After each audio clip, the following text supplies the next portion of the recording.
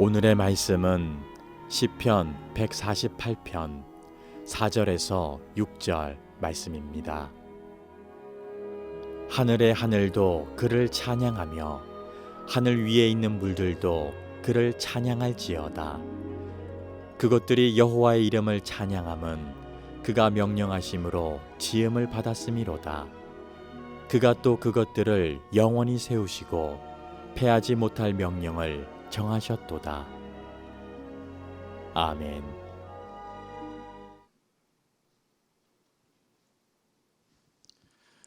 2023년이 밝았습니다. 오늘은 새해 첫날이자 또 첫 주일 아침입니다. 무엇보다 이 새해 첫 시간에 예배 자리에 오신 여러분을 주의 이름으로 축복하고 환영합니다. 저는 목사이지만 그 대학에서 가르치는 일을 해서 설교할 일이 자주 있지는 않아요. 주로 강의를 많이 하니까요. 그래서 저는 이 광교 꿈의 교회에서 너무 감사하게도 설교의 기회를 주셔서 매달 첫 주에 이렇게 설교를 하는데 저는 매주 하는 것 같아요. 너무 자주 돌아와요. 아주 굉장히 힘들어요. 전도사님이 저한테 이제 톡을 보냈는데 지난주에 한 것 같은데 다행스럽게도 제가 예전에 그 목회를 짧게 단임 목회를 한 적이 있는데 그때 이제 미국서 목회를 하다 보니까 미국이 다 그렇게 하더라고요. 제가 속한 그 미국 연합감리교회가 매주일 그 카톨릭 교회와 이 개신교회 주요 교단들이 이제 함께 묵상하는 교회력과 성서 일과가 있습니다. 이거 뭐라 그러냐면 커먼 렉셔널이라고 하는데 주일에 본문이 정해져 있는 거예요. 그래서 구약 본문 하나, 그 다음에 신약에는 복음서 한 구절, 그 다음에 서신서 한 구절, 그리고 또 구약의 시편 말씀, 이렇게 이제 네 가지를 이렇게 정해놓고, 그래서 제가 목회할 때 교인 중에서 남편과 아내가 따로 예배를 드리는 경우가 있더라고요. 그래서 아내는 저희 교회 교인이신데 남편은 카톨릭 교회를 다니는 거예요. 각자 다니자 그러셨나 봐. 근데 이제 이 커먼 렉셔너리를 갖고 이제 저는 설교하고 거기에 신부님은 강론을 하니까 그분들이 그러는 거예요. 저한테 언제는 매주 저녁에 가면 디스커션을 한대요. 니네 목사는 뭐라 그랬니? 우리 신부는 이렇게 얘기했는데 이제 같은 본문 갖고 할 경우가 많으니까요. 이 성서일과는 3년마다 이렇게 반복이 됩니다. 보통 이제 목사님들이 구약 성경 갖고 하기도 하고 신약 성경에 복음서 혹은 서신서 갖기도 하는데 설교하기도 하는데 시편 갖고 설교하는 경우는 잘 없더라고요. 제가 예전에 시리즈 설교를 한번 해봐야 되겠다 할 때 시편을 가지고 한번 설교를 여러 차례 한 적이 있는데 저는 오늘 2023년 성탄 후 첫 번째 주일입니다. 성서 일과 중에 시편 말씀을 중심으로 여러분과 함께 은혜를 나누려고 합니다. 오늘 주일에 주어진 렉셔너리 본문 말씀은 바로 시편 148편입니다. 굉장히 짧아요. 하지만 매우 명확한 메시지를 던지는 시편입니다. 굉장히 반복적이거든요. 보통 시편에 이제 이름을 붙이는 경우가 많은데 뭐 탄원시다, 뭐 찬양시다. 이 148편은 대표적인 찬양 시편이라고 이름 붙이는 시편입니다.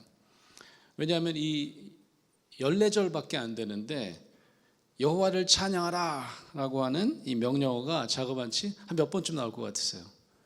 14절인데 한 10번쯤 너무 많이 나오는 거잖아요. 12번이나 나옵니다. 거의 뭐 매절마다 나온다고 해야 되겠죠. 아주 강력하게 여호와를 찬양하라라고 하는 권고를 전개하고 있는 셈입니다. 오늘 봉독한 말씀에 보면 찬양을 드려야 하는 이 예배자들은 우리 인간만이 아닙니다. 4절에 보니까 하늘의 하늘도 그를 찬양하며 하늘 위에 있는 물들도 그를 찬양할지어다. 무슨 말일까요? 창세기 1장을 찬찬히 읽어보신 분들이라면 이게 태초의 그 궁창 그리고 하나님의 영이 운행하셨다는 물 그걸 의미하나 이렇게 아마 상상하실 수 있을 겁니다. 근데 우리 현대인들에게는, 저와 여러분에게는 이런 권고는 약간 좀 이상하게 들릴 수 있습니다. 아니 무생물인 뭐 하늘이랑 뭐 물이 어떻게 하나님을 찬양할 수가 있지?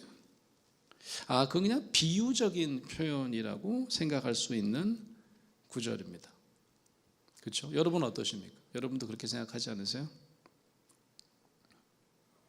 시편 148편의 기자는 놀랍게도 이 대자연의 무생물이나 모든 생물들이 여호와를 찬양해야 하는 분명한 이유까지 천명하고 있습니다.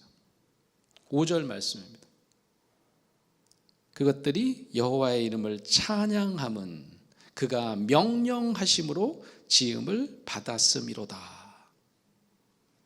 천지 만물은 여호와의 명령으로 지음을 받았습니다. 이 모든 천지 만물은 아주 중요한 명령 하나를 이 창조주로부터 부여받습니다. 창조주의 명령인 거죠. 시편 기자는 이 6절에서 이를 패하지 못할 명령이라고 이름 붙였습니다. 그래서 저는 오늘 설교 제목도 패하지 못할 명령 이렇게 붙인 거죠. 하나님의 명령으로 지음받은 삼라만상, 지구상에 있는 모든 피조물은 이러한 패하지 못할 명령을 받습니다. 뭘까요? 그것은 바로 창조주 하나님을 찬양하는 일입니다. 여러분, 우리도 이제 찬양을 많이 하죠. 전 이제 다른 교회 갈 일도 전 좀 많은 편인데, 다른 교회 가보면 찬양을 우리 교회가 많이 하는 편이에요. 왜냐하면 예배 시작하기 전에 찬양을 서너 곡 하고 찬양을 많이 하는 편인데, 이제 예배 전이죠, 그죠? 초기 이 개신교회에, 그러니까 가톨릭 교회가 이제 개혁을 해서 신교가 됐잖아요. 이게 이제 개신교라고 부르는 거 아닙니까, 저희가? 그 개신교회 개혁교회 보면 그 예배에 대한 어떤 보고서들이 많이 남아 있습니다, 역사상에.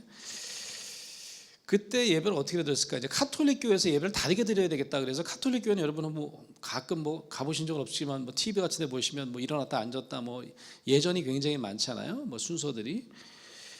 그들이 이제 좀 다르게 드려야겠다라고 했던 예배 기록들을 보면 지금 우리가 드리는 그 우리 개신교 예배와는 조금 특징적인 장면이 몇 가지가 발견됩니다. 일단 이 다윗의 시편, 신약 성경의 어떤 기도문을 전부 다 노래로 찬양을 했어요. 그러니까 뭐 노래 잘하는 사람이 이렇게 앞에 나와서 한 게 아닙니다. 예배 드린 자가, 이게 집례하는 자나 목회자나 여러분 앉아 있는 여러분들이 다 같이 한 목소리로 찬양하는 장면이 발견되더라라고 하는 겁니다.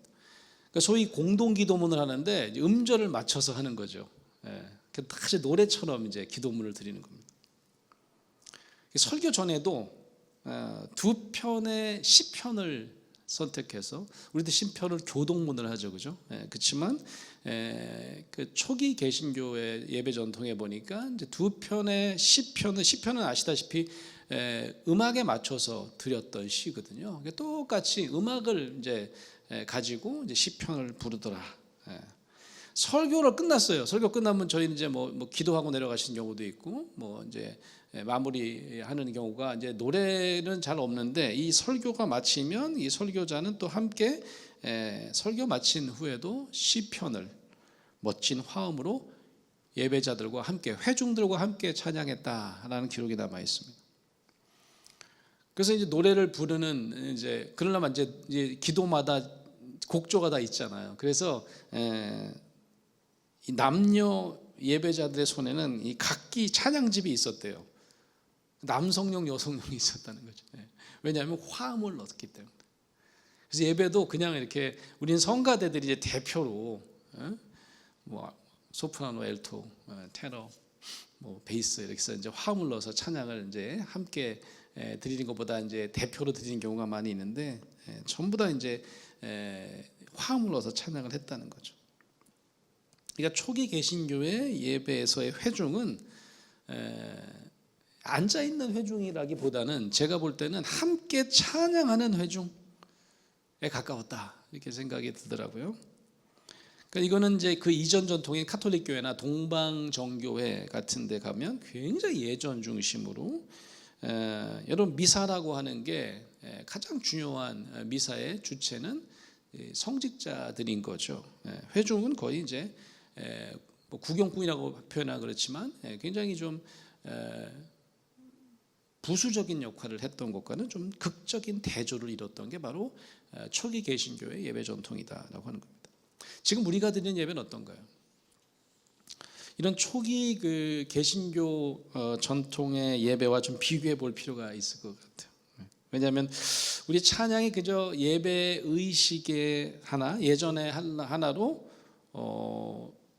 전락한다면 이 예배자들은 여전히 강단 위에서 선포되는 목사님의 설교가 가장 중요하다고 여기고 우리는 그냥 앉아서 듣는 청중이나 마치 영화의 관객처럼 여길 때도 있지 않을까 한번 돌아볼 필요가 있다는 말씀입니다. 오늘 우리가 이제 예배를 다시 한번 새롭게 하고 교회여 일어나라라고 하는 표를 가지고 이제 한 해를 시작합니다. 예배 목적이 뭘까? 저는 이제 그 예배 출석하시는 분들에게 여쭤보면 당연히 은혜스러운 말씀을 듣고 한 주 동안 내가 힘을 얻기 위해서 여전히 이제 말씀의 중심. 그래서 교회가 성장하려면 그 교회 목사님이 설교를 잘해야 돼요, 못해야 돼요? 솔직하게 얘기해봐요. 잘해야 된다. 뭐 이렇게 생각을 하시죠, 그죠? 그런 말 많이 듣잖아요, 그죠? 설교가 참 좋다 이런 말씀 많이 합니다. 요즘에는 그런 말 잘 안 쓰는데 예전에 그런 말 썼어요. 예배 보러 간다. 그런 말 썼어요. 진짜 안 좋은 표현이죠. 예배를 보러 간대. 예배에 내가 직접 참여하기보다는 참여한 사람은 소수에 불과해요. 여기 올라와 있는 사람들, 또 찬양대들. 이런 사람들 잘하나 못하나 구경하러 가는 거예요. 뭘 또 보러 간다는 거예요. 그러니까 이제 예배 참석한다 이렇게 얘기를 하는 거죠. 그러니까 제가 이제 전 미국서 목회할 때 뭐 처치 어텐던스 레이트 이런 걸 되게 중요하게 생각하더라고요. 교회마다 이게 뭡니까? 교회에 참여하는 사람의 숫자, 뭐 이런 거죠, 그죠? 그러니까 이제 어떤 성도들이 생겼냐면 교회의 의미를 발견하지 못하는 사람은 예배의 의미를 발견하지 못하는 사람들이다 그런 거죠. 그래서 요즘에 가나안 성도라는 분들이 어떤 분들입니까? 예배 출석하지 않지만 내가 신앙생활 나름대로 하고 있어. 영적인 어떤 훈련도 내가 받고 있어. 이런 분들이에요. 근데 왜 가나안이에요? 거꾸로 하면 안 나가. 그래서 나는 교회는 안 나갈 거야. 교회 가는 무슨 의미가 없어. 설교도 들을 것도 없고 뭐 이런 내용인 거죠. 예배 목적은 성도 스스로가 참여하는 예배자 스스로가 오늘 시편의 말씀처럼 패하지 못할 명령을 수행하기 위해서입니다. 삼라만상과 함께 우리가 하나님을 찬양해야 되는 그런 패하지 못할 명령 때문에 이곳에 나와야 한다는 말씀입니다. 우리가 행하는 찬양의 진정한 의미를 우리가 곰곰이 생각해 볼 필요가 있다는 말씀입니다. 우리가 습관처럼 부르는 어떤 그 가스펠이라든지 찬양, 예배, 찬송 이게 과연 시편에 패하지 못할 명령을 실행하는 것일까? 여러분 한번 스스로 점검해 보시기를 원합니다. 여러분 실행이라고 하는 말을 그러니까 이런 명령을 실행한다라고 할 때 영어 표현 중에 어떤 말을 쓰냐면 enact라는 말을 씁니다. enact. in이라고 하는 건 안으로라고 하는 접두어고요. act는 여러분 아시죠? 활동한다는 뜻입니다. 행동하게 한다는 뜻입니다. 명령을 준행한다는 건 뭐냐면 명령을 듣고 행동으로 이어진다. into action 그런 말입니다. 예배 참여하고 입술로 찬양을 한다면 그냥 곡조를 부르는 것이 아니라 연이어서 하나님께 응답하는 행동으로 연결되어야 한다. 그런 말씀입니다. 사랑하는 성도 여러분, 찬양하라 라고 할 때 찬양은 그저 화음에 맞춰서 부르는 그런 음악 행위가 아닙니다. 하나님을 찬미하면서 우리의 마음이 움직이고 내가 이제 하나님께 원하는 행동으로 내가 올려드려야 되겠다. into action으로 이끌어지는 감동의 사건. 그래서 예배는 어쩌면 이 예배장을 빠져나갈 때 내가 어떤 마음가짐, 어떤 액션을 결단하고 나가는지가 가장 중요한 영적 실천의 첫 번째 단추다. 영적인 리듬의 첫 출발이다 하는 점을 꼭 기억하시기를 바랍니다. 그래서일까요? 스위스의 예배 신학자 장 자급 폰 알멘이라고 하는 학자가 있었는데요. 1994년에 돌아가신 분인데, 이분이 이 리터지, 의정과 예배에 대해서 연구를 많이 하는 스위스 학자인데, 그 예배를 한마디로 이렇게 얘기를 했어요. 찬양하는 회중의 심장박동. 예배가요, 심장박동이래요. 회중의 심장박동이라고 비유적으로 설명했습니다. 저는 생각하면 할수록 참 괜찮은 비유 같더라고요. 여러분, 생명이 뭡니까? 생명은요, 심장이 수축되고 확장되면서 생명을 유지하지 않습니까? 창조주에게 지음을 받은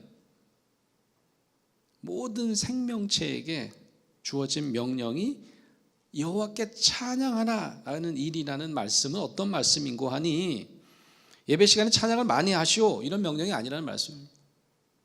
심장박동이 잠시도 멈출 수 없듯이 우리도 일상 중에 창조의 질서 가운데 모든 만물의 시작을 주신, 생명을 주신 창조주의 명령을 기억하고 반응하는 삶을 의미합니다.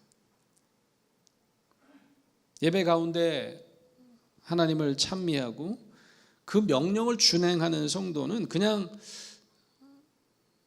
빈손으로, 빈 마음으로 삶의 자리에 돌아가지 않습니다. 여호와를 찬양하는 예배자는, 진정으로 찬양하는 예배자는 뭔가 다른 행동을 기획해야 합니다. 그게 into action입니다. 어떻게 달라야 되는 걸까요? 저는 이 시편 148편을 묵상하면서 우리가 대하는 어떤 자연의 창조 질서, 모든 피조물과 우리는 어떤 관계를 맺으면서 하나님께 찬양해야 할까 하는 생각을 하게 되었어요. 우리가 코로나 팬데믹을 겪으면서, 지금도 겪고 있죠. 그러면서 경험한 우리가 잘 알지 못했던 아픈 현실 중 하나는 만물의 영장이라고 하는 우리 인간의 어떤 독선, 자연 파괴로 인해서 기후 위기가 찾아오고 들짐승이나 자연이 엄청난 대가와 아픔을 겪고 있다는 사실입니다. 자연도, 그리고 만물도, 동물도 하나님께 찬양을 돌려야 하는 우리와 똑같은 공동 예배자라는 사실을 잊고 산 것은 아닐까, 이런 반성을 하게 되더라는 말씀입니다. 지구상의 모든 예배자들이 반드시 기억해야 할 지상명령, 즉 하나님께 부여받은 패하지 못할 명령을 선포한 시편 148편, 저와 여러분이 함께 드라마 바이블로 함께 묵상해 보시겠습니다.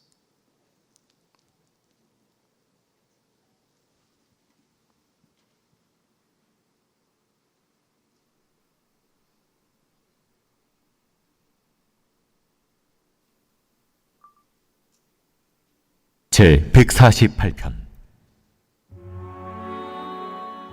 할렐루야. 하늘에서 여호와를 찬양하며 높은 데서 그를 찬양할지어다. 그의 모든 천사여 찬양하며 모든 군대여 그를 찬양할지어다. 해와 달아 그를 찬양하며 밝은 별들아 다 그를 찬양할지어다. 하늘의 하늘도 그를 찬양하며 하늘 위에 있는 물들도 그를 찬양할지어다. 그것들이 여호와의 이름을 찬양하면 그가 명령하심으로 지음을 받았음이로다. 그가 또 그것들을 영원히 세우시고 패하지 못할 명령을 정하셨도다. 너희 용들과 바다여, 땅에서 여호와를 찬양하라. 불과 우박과 눈과 안개와 그의 말씀을 따르는 광풍이며 산들과 모든 작은 산과 과수와 모든 백향목이며 짐승과 모든 가축과 기는 것과 나는 새며 세상의 왕들과 모든 백성들과 고관들과 땅의 모든 재판관들이며 총각과 처녀와 노인과 아이들아, 여호와의 이름을 찬양할지어다. 그의 이름이 홀로 높으시며 그의 영광이 땅과 하늘 위에 뛰어나심이로다. 그가 그의 백성의 뿔을 높이셨으니 그는 모든 성도 곧 그를 가까이 하는 백성 이스라엘 자손의 찬양받을 이시로다. 할렐루야. 아멘. 사랑하는 성도 여러분, 이 시편 148편이 우리 새해를 시작하는 2023년을 맞이하는 여러분에게 어떤 감동을 주는지 저는 궁금해요. 시편 148편은 우리 인간만이 창조주를 노래하는 위대한 찬양의 주인공이라고 말하지 않습니다. 천사와 하늘의 모든 군대, 해와 달과 별도 찬양하라고 명령을 받습니다. 불과 우박과 눈과 안개, 광풍도 찬양에 참여해야 합니다. 산들도, 과수와 모든 나무들도, 짐승과 기는 것, 나는 새들도 찬양에 함께합니다. 인간 세계는 어떻습니까? 세상의 왕들과 높은 사람들, 고관들, 권세 가진 이들 뿐만 아니라 총각과 처녀, 노인과 아이들까지 실로 어마어마한 어떤 성가대가 오케스트라의 어떤 웅장한 모습이 그려지십니까? 148편의 시편 기자는 마치 거대한 교향악을 연주하는 지휘자처럼 찬양 시편을 써내려갑니다. 저와 여러분의 신학적 상상력이 좀 부족하다면, 아니 이 중 하나님을 찬양할 수 있는 주체는 우리 인간 아니야? 우리뿐 아니야? 라고 편견을 가질지 모릅니다. 어떻게 해와 달이, 그리고 산과 숲이, 나무가 하나님을 찬양한다고? 이거 말이 돼? 이렇게 말이죠. 여러분 어떠십니까? 아까 말씀드린 것처럼 이건 그냥 비유적인 표현에 불과한 건가요? 제가 읽는 시편 148편은 정반대의 생각과 통찰을 가져다 주었습니다. 모든 대자연과 생물 그리고 무생물까지도 하나님을 향해 훌륭한 교향악을 조화롭게 연주합니다. 그런데 이런 웅장한 찬야곡 연주에 불협화음을 내는 사람이 있어요. 그게 뭘까요? 그게 바로 우리들입니다. 저는 우리가 좀 불협화음을 내는 주체가 아닌지 돌아보게 되었습니다. 최근 온 세계가 기후 위기를 경험하면서 유엔이 강조하는 SDG라고 하는 게 있죠. 지속 가능한 지구를 위한 공동 목표. 모든 기업마다 이제 SDG를 위해서 ESG 경영을 해야 된다. 목청껏 외치는 이유가 뭡니까? 그간요, 개발이라든지 무한 성장을 외치던 우리 인간은 우리 자신만이 이 지구의 주인이라고 생각했던 거죠. 그런 생각을 가지고 살아왔습니다. 우리만이 조물주를 찬양할 수 있는 주인공들이고, 자연과 동식물은 그저 우리의 찬양과는 아무런 관련이 없는, 있다면 들러리에 불과한 그런 과거를 뿌리부터 흔드는 위기를 지금 저와 여러분은 맞이하고 있다는 현실을 우리가 한번 직시할 필요가 있다는 말씀입니다.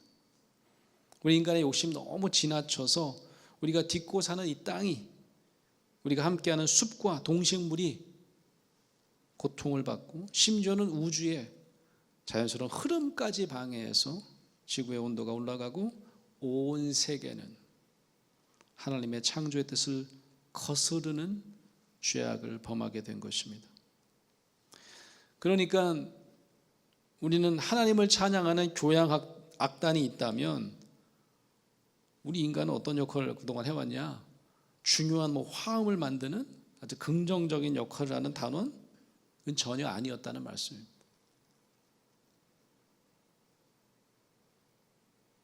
지금으로부터 좀 달라져야 되지 않으면 시편 148편은 우리가 찬양할 수 없는 시편이 되고 말 것입니다.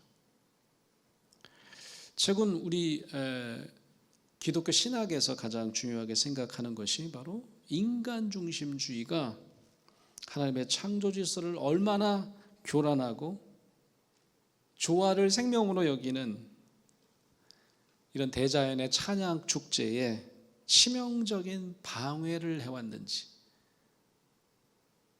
위기를 초래했는지 반성하는 일을 시작했습니다. 그래서 제게 시편 148편은 하나님을 창조하는 대자연 앞에서 우리로 하여금 반성해 보기를 강하게 요청하는 명령처럼 여겨졌습니다. 하나님께서 하나님이 창조하신 모든 피조물에게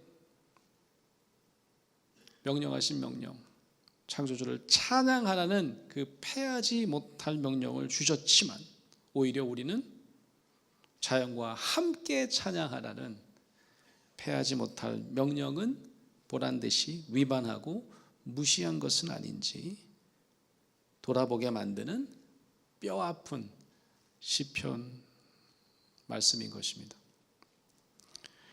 제가 최근에 그 양평이라고 하는데 아시죠? 양평은 두물머리라고 있어요. 거기 이제 가족이랑 같이 방문을 최근에 했는데 거기 이제 보호수 이제 보호받아야 되는, 그래서 이제 근처에 가지 못하게 이렇게 해놓은 보호수가 한 그루 있더라고요. 이제 왼쪽에 보이는 사진은 이제 최근 이제 겨울 장면인데 앙상에서 이제 가지만 남았는데 보통 여름이나 이제 날씨가 좋으면 따뜻하면 이제 오른쪽에 있는 사진처럼 풍성한 나무인 것 같아요.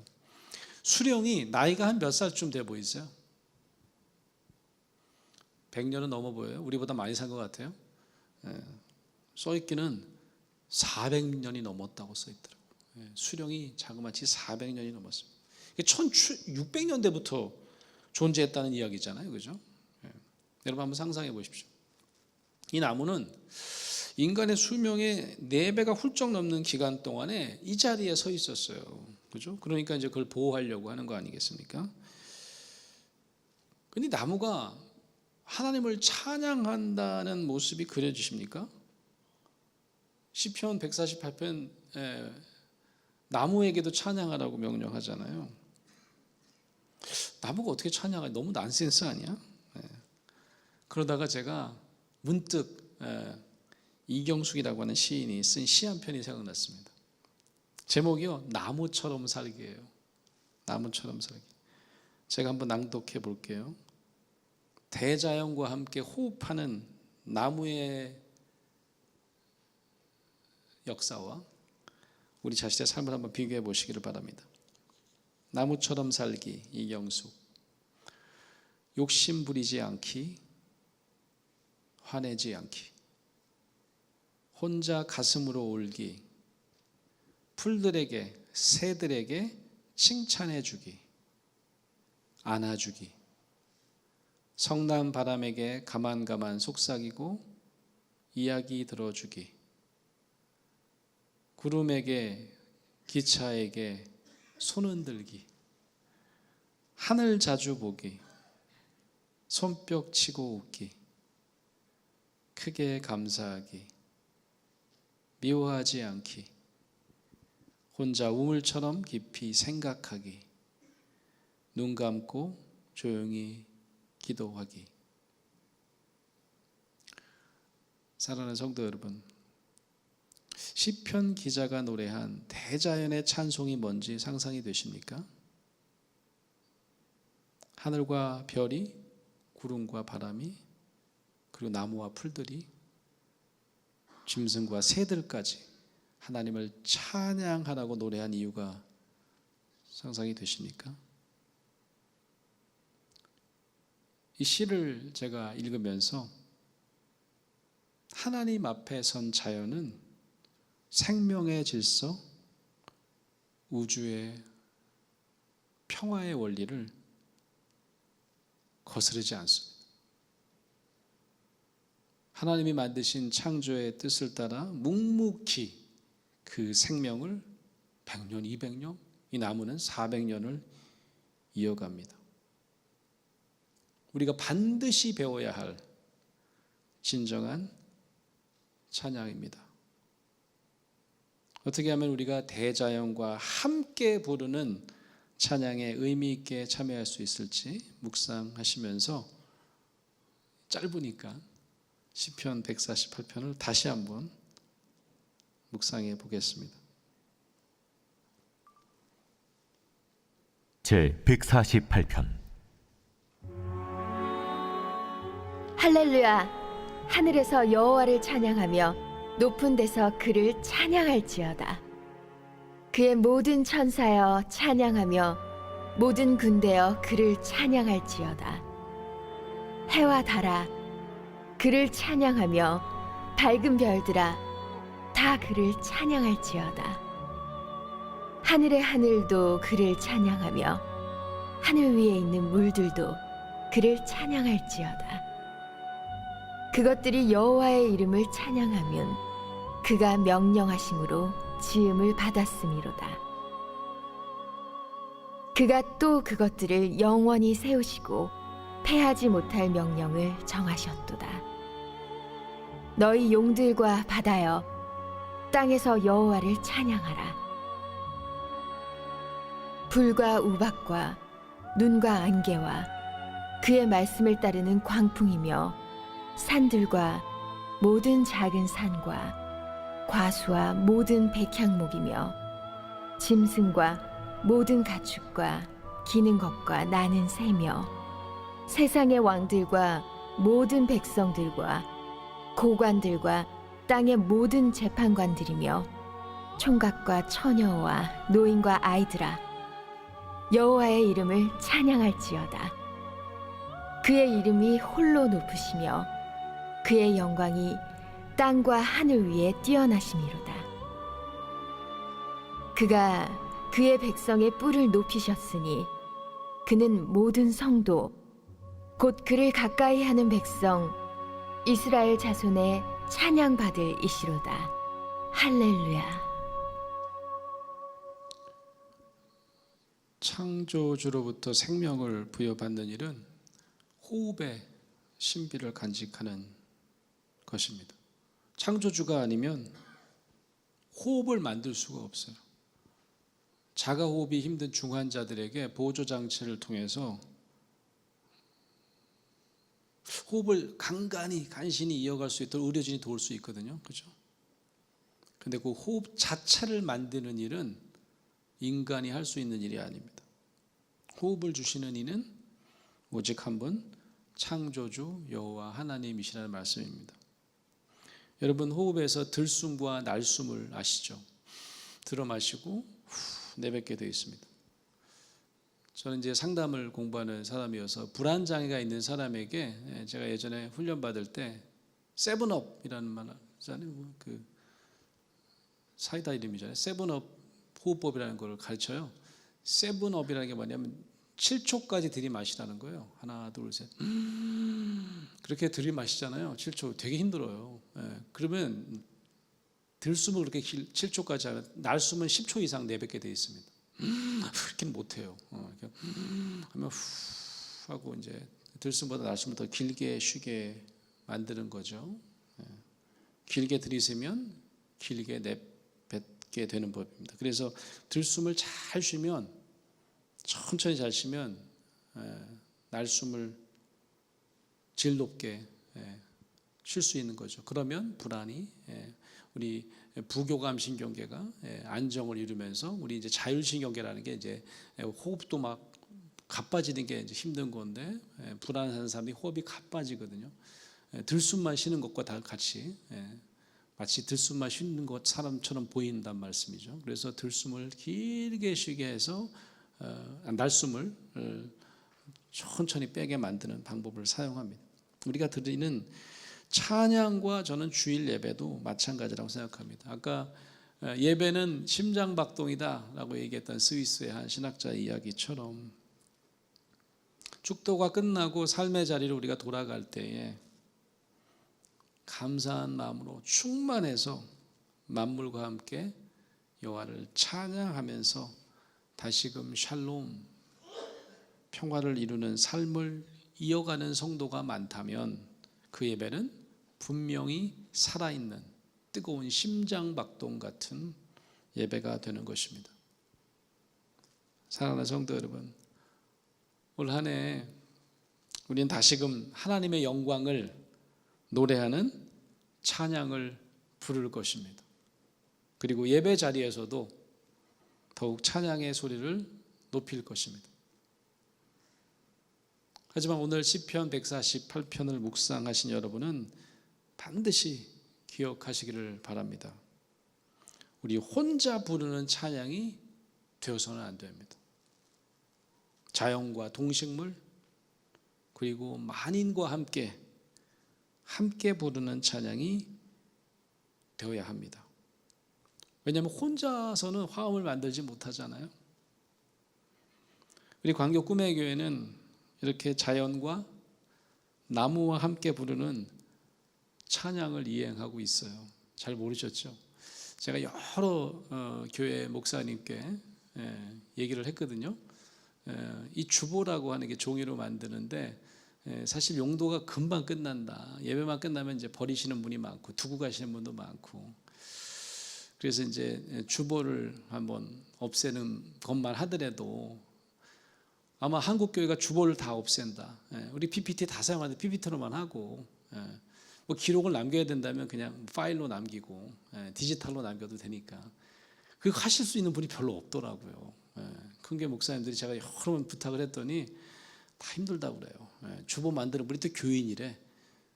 그래서 상처받을까 봐 또 계속 주보 만들어야 된다고도 그러시고, 제일 먼저 주보를 만들지 않는 일을 하고 우리가 디지털 주보를 만든 게 바로 우리 꿈의 교회죠. 우리 광교 지금 꿈의 교회도 그렇게 하고 있지 않습니까?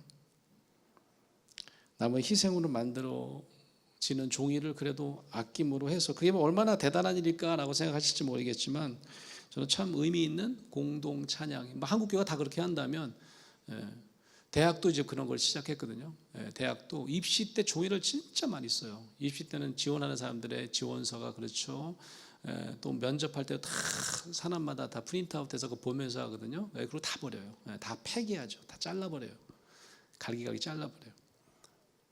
그래서 그런 거 없애는 운동도 지금 많이 하고 있거든요.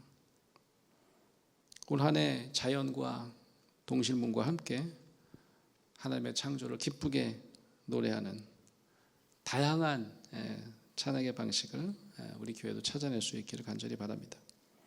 오직 창조주 여호와 하나님이 높아지는, 그의 이름만이 홀로 높아지는 올 한 해로 만드시는 찬양의 주인공들 저와 여러분 되시기를 간절히 축원합니다. 아멘.